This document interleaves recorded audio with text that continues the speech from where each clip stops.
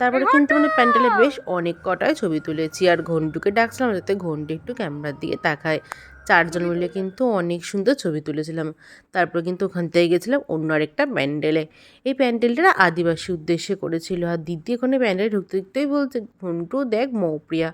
ও কিন্তু ভেবেছে সত্যিই মৌপ্রিয়া, তাই কিন্তু পুক পুক করে দুবার চেঁচিয়েও নিয়েছিল। আর এখানে ঠাকুরটা করেছিল রাধাকৃষ্ণ। এই করে কিন্তু বেশ কয়েকটা ঠাকুর দেখেছিলাম। তারপরে চলে গেছিলাম একটা রাজবাড়ির থিমের উদ্দেশ্যে করেছিল।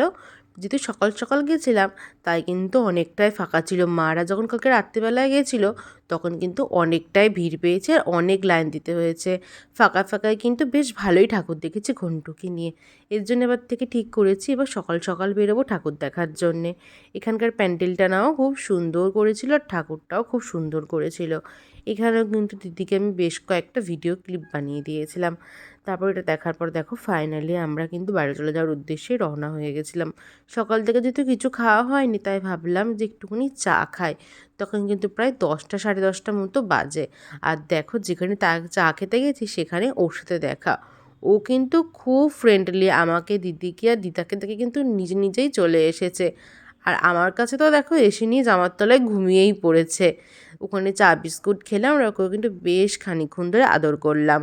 দিদাও কিন্তু ওকে আদর করেছিল আর ঘন্টুকে খ্যাপাচ্ছিল, এই ঘন্টু দেখ এবার কিন্তু ওকে নিয়ে যাব, তোকে আর আদর করবো না এই সেই বলে। আর ঘন্টুর মুখটা দেখেছো, ঘন্টু কিন্তু বেশ রেগে গেছিলো। ওর কিন্তু একদমই আর ভালো লাগছিল না।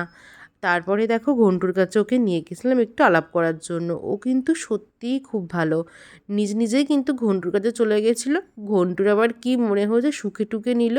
শুকে টুকে নেওয়ার পর ওকে আবার ঘ্যাক করে দিয়েছে, তখন কিন্তু ও বেশ ভয় পেয়ে গেছে।